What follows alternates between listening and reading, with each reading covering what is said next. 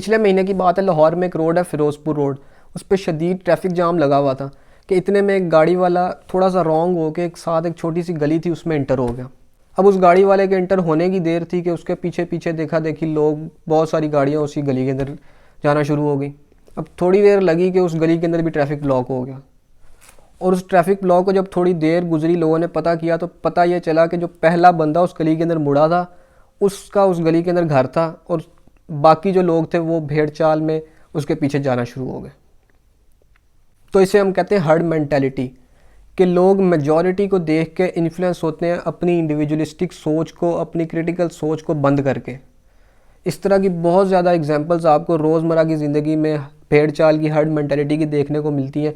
कि जैसे आप कभी किसी इशारे पे रुके हों तो आप देखेंगे कि कभी एक बाइक वाला अगर इशारा तोड़ता है तो उसके पीछे बहुत ज़्यादा बाइक वाले इशारा तोड़ना शुरू कर देते हैं, अपनी सोच को इस्तेमाल किए बगैर कि हम कोई लॉ तोड़ रहे हैं या कोई गाड़ी हमें हिट कर सकती है, हम गलत कर रहे हैं। इन सब को साइड पे करके सिर्फ और सिर्फ मेजॉरिटी को देख के देखा देखी भेड़ चाल में वो कुछ करना शुरू कर देते हैं। वैसे तो हर्ड मेंटालिटी का इंसानी तारीख के अंदर बहुत ज़्यादा इंपॉर्टेंस है कि जितनी बड़ी स्केल पे ह्यूमन कॉपरेशन की ज़रूरत थी वो हर्ड मेंटालिटी के बगैर पॉसिबल ही नहीं थी। लेकिन ये भी एक हकीकत है कि हर्ड मेंटालिटी के अंदर रहते हुए जो हर्ड से डिफरेंट सोचने की एबिलिटी और सलाहियत है, वही एक ऐसी क्वालिटी है जो इंसानों को जानवरों से सुपीरियर करती है। वैसे तो जानवर भी बहुत इंटेलिजेंट होते हैं, लेकिन उनके अंदर बाकी जानवरों से मुख्तलिफ सोचने की सलाहियत नहीं होती, और यही जो डिफरेंट थिंकिंग और क्रिटिकल थिंकिंग की सलाहियत थी, इसी वजह से ही आज इंसानियत इस तारीख पे पहुंची है जिस पे आज है। कि अगर आइंस्टाइन या न्यूटन भी हर्ड की तरह ही सोचते और हर्ड से डिफरेंट ना सोचते तो आज ह्यूमैनिटी इस स्टेज पे ना होती। हर्ड मेंटालिटी के अंदर प्रॉब्लम ये होता है कि ट्रूथ बहुत ज़्यादा मैनिपुलेट होता है, क्योंकि क्रिटिकल थिंकिंग नहीं होती, इंडिविजुअलिस्टिक थिंकिंग नहीं होती, लोग अपनी अक्ल इस्तेमाल नहीं करते, मेजॉरिटी को देख के चलते हैं। तो जो सच बेशक रोज़े रोशन की तरह वाज़ेह भी हो, लेकिन अगर मेजॉरिटी गलत तरफ जा रही है तो लोग भी गलत तरफ ही जाएंगे। इस पे एक बड़ा ज़बरदस्त और बड़ा कामयाब एक्सपेरिमेंट हुआ था 1951 में। 1951 में एक साइकोलॉजिस्ट था सोलोमन, उसने एक एक्सपेरिमेंट किया कि उसने 100 वॉलंटियर्स इकट्ठे किए और उनको एक टास्क दिया कि आपने इस लाइन की लेंथ को जज करना है इन 3 लाइनों को कंपेयर करके। और वो टास्क इतना इजी था कि किसी बच्चे से भी उसका आंसर पूछा जाता तो वो सही जवाब देता। लेकिन उस साइकोलॉजिस्ट ने एक गेम उस टास्क के अंदर ये की कि जो 100 वॉलंटियर्स थे उसके अंदर कुछ एक्टर्स उसने डाल दिए अपने, जिन्होंने गलत जवाब देना था।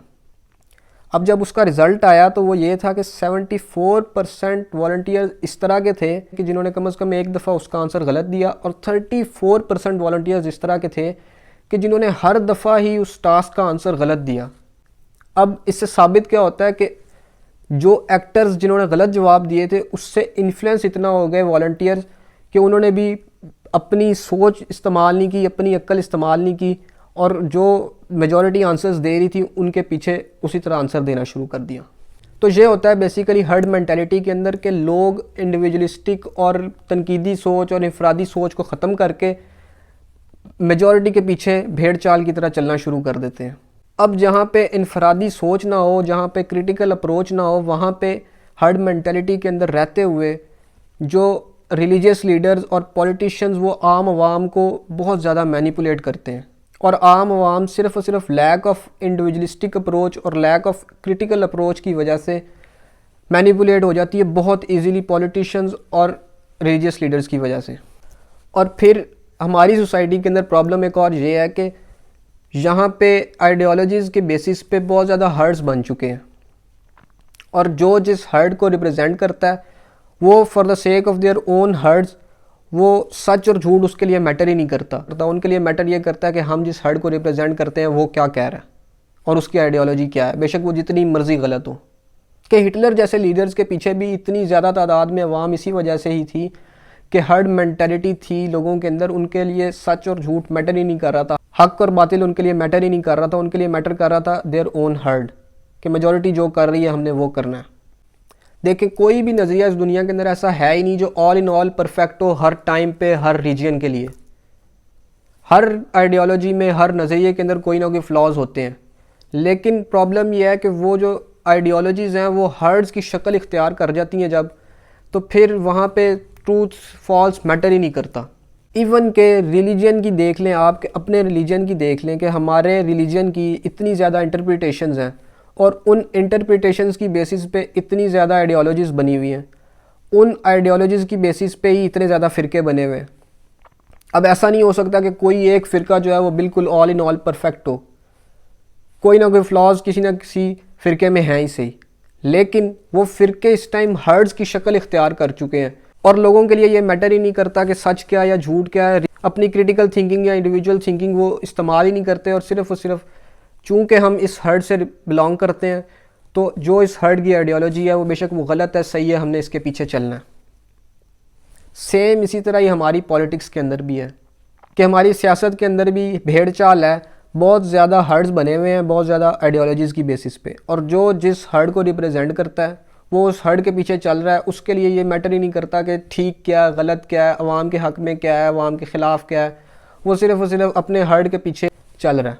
कि आप एक्सपेरिमेंट कर लें, कभी भी किसी भी पॉलिटिकल पार्टी के जलसे या किसी रैली के अंदर चले जाएं और लोगों से यही पूछ लें सिर्फ कि आपकी जमात का मैनिफेस्टो क्या है, मेजॉरिटी अवाम को अपनी पार्टी के मैनिफेस्टो का नहीं पता होगा। बस जो रटी रटाई बातें उनके हर्ड मैन से उनको मिल रही हैं, उन्होंने अपनी इंतफरादी सोच को, अपनी तनकीदी सोच को बंद करके उनको रट लिया है और वही आपको रटी रटाई बातें मिलेंगी। अब बात करते हैं इस वक्त के सबसे पॉपुलर और सबसे बड़े हर्ड की। जी, I am talking about PTI. एक अनपॉपुलर ओपिनियन आपको दे रहा हूँ कि PTI is no different than others, लेकिन जो हर्ड है या जो रेवर्ड है वो ये समझता है कि हमारी जो पार्टी है वो ना सिर्फ बाकियों से डिफरेंट है बल्कि बाकियों से ग्रेटेस्ट ऑफ ऑल है। अब आज उनके जो पॉपुलर नैरेटिव्स हैं उनको ब्रेक डाउन करने की कोशिश करते हैं और साबित करने की कोशिश करते हैं कि किस तरह वो बाकियों से डिफरेंट नहीं है। तो जी, हम आपसे पूछते हैं कि आप एंटी स्टैब्लिशमेंट हैं, आप कहते हैं जी जी हम एंटी स्टैब्लिशमेंट। तो फिर हम शुरू करते हैं जनरल हमीद गुल से लेकर जनरल ज़हीरुल इस्लाम, जनरल शुजा पाशा, जनरल बाजवा की एक्सटेंशन और फिर जनरल फैज़ हमीद पे आके बात ख़त्म होती है। तो फिर आपकी तरफ से एक लंबी चुप है, विच मीन्स कि आप एंटी इस्टेब्लिशमेंट नहीं है, आप सिर्फ इस चीज़ से नाखुश हैं कि इस्टेब्लिशमेंट की नौकरी हमने करनी है वो किसी और को मिल गई है। फिर हम आपसे पूछते हैं कि आप करप्शन के ख़िलाफ़ हैं, तो आप कहते हैं जी जी हम करप्शन के ख़िलाफ़ हैं। फिर हम शुरू करते हैं चौधरी परवेज़ इलाही से लेकर चौधरी मुनस इलाही, फिर हम चलते हैं परवेज़ खटक पे, फिर हम पेशावर की बीआरटी की बात करते हैं। तो फिर आपकी तरफ से एक लंबी चुप है, विच मीन्स कि आपकी पार्टी करप्शन के मामले में भी बाकियों से डिफरेंट नहीं है।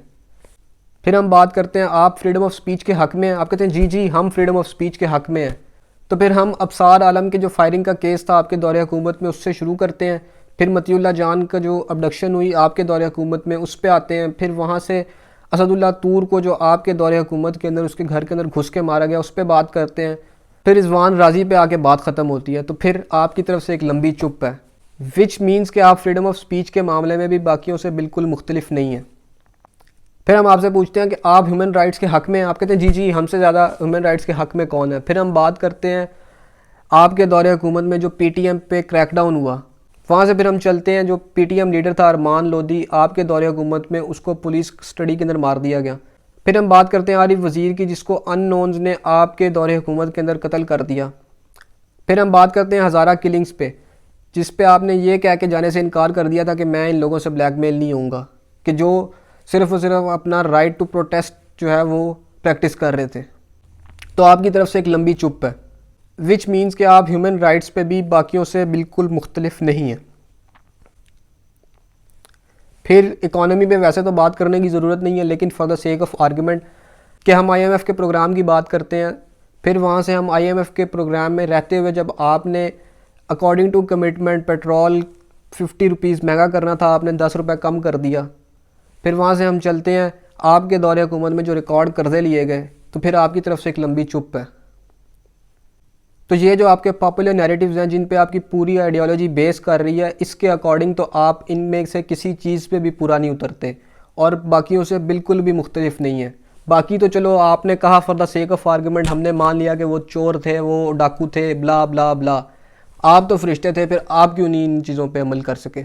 उनको तो हमने मान लिया ना कि ठीक है जी आपने कहा कि वो चोर थे, उन्होंने करप्शन किया, हमने मान लिया, हमने आपको फरिश्ता माना, आपने क्या किया। अब इसमें कसूर बिल्कुल भी इमरान खान का नहीं है। पॉइंट ये है कि इस सिस्टम के अंदर आप आसमान से उठा के फरिश्ता भी ले आए और उसको कहें कि चलाओ सिस्टम, वो नहीं चला सकता according to his own will. Establishment इस सिस्टम की एक अटल हकीकत है और इस हकीकत को अब तमाम पॉलिटिकल फोर्सेस को मान लेना चाहिए। अब ऐसे सिस्टम में जिसकी रूट्स के अंदर इस्टेब्लिशमेंट बैठी हुई है, आप जो मर्ज़ी इक़्तिदार में बाहर रह के वादे करते रहें, आप जब आएंगे पावर में आपको कंप्रोमाइज़ करना ही पड़ेगा। सॉल्यूशन एक ही है, पार्लियामेंट्स जब तक स्ट्रॉन्ग नहीं होगी, इस्टेब्लिशमेंट का जिन बोतल में कैद कर ही नहीं सकते आप लोग। और इस्टेब्लिशमेंट को जिन को बोतल में कैद करने के लिए आपको पार्लियामेंट से स्ट्रॉन्ग लेजिस्लेशंस चाहिए इस तरह की, जिनसे आप इस्टेब्लिशमेंट को खुटे लाइन लगा सकते हैं। और उन लेजिस्लेशंस के लिए तमाम पॉलिटिकल फोर्सेस को जो पार्लियामेंट के अंदर हैं उनको एक पेज पे होना लाजमी है। तो एक दफ़ा आप पार्लियामेंट को स्ट्रॉन्ग कर लें, पॉलिटिकल फोर्सेस एक पेज पे आ जाएं। ये जो हम सुनते हैं सियासी अस्करी की आदत एक पेज पे आ गई, इसको एक दफ़ा साइड पे करके सिर्फ तमाम सियासी क़ुव्वतें एक पेज पे आ जाएं और इस पार्लियामेंट को इतना सुपीरियर कर दें कि कोई एक जज या कोई एक जनरल आके इसका तख्ता ना पलट सके, तब तक कोई सोल्यूशन नहीं है। तो इसके लिए तमाम पॉलिटिकल फोर्सेस एक हो जाएं। बाद में उसके बाद जो आपने चोर पुलिस आपने खेलना है वो खेलते रहिएगा। अभी यहाँ कुछ दानिश्वर आएंगे मुझे बताने कि वो जी इक़्तिदार की वजह से उसने कंप्रोमाइज़ किया इन चीज़ों की वजह से। ठीक है जी, मान लिया आपकी बात, उसने इक़्तिदार में रहते हुए कंप्रोमाइज़ किया। अब तो इक़्तिदार नहीं है, आप करप्शन के इस कदर ख़िलाफ़ हैं, इक़्तिदार में ना रहते हुए आप चौधरी परवेज़ इलाही से ब्लैकमेल हो रहे हैं इस कदर। अभी तो आपके पास इक़्तिदार नहीं है, तो जब इक़्तिदार आएगा तो आप किस कदर ब्लैकमेल होंगे। आपका प्रिंसिपल किधर गया करप्शन वाला। अगर आप करप्शन के ख़िलाफ़ हैं तो उसको आपने पार्टी का सदर भी बना दिया। पनामा का रोज़ हम नाम सुन सुन के हमारे कान पक गए, पनामा पनामा पनामा। उस फैमिली का पेंडोरा पेपर्स में भी नाम था। तो आपका प्रिंसिपल स्टांस तो ना रहा ना वहाँ पे करप्शन वाला। फिर आप ये तो बात ना करें कि मैं करप्शन के ख़िलाफ़ हूँ।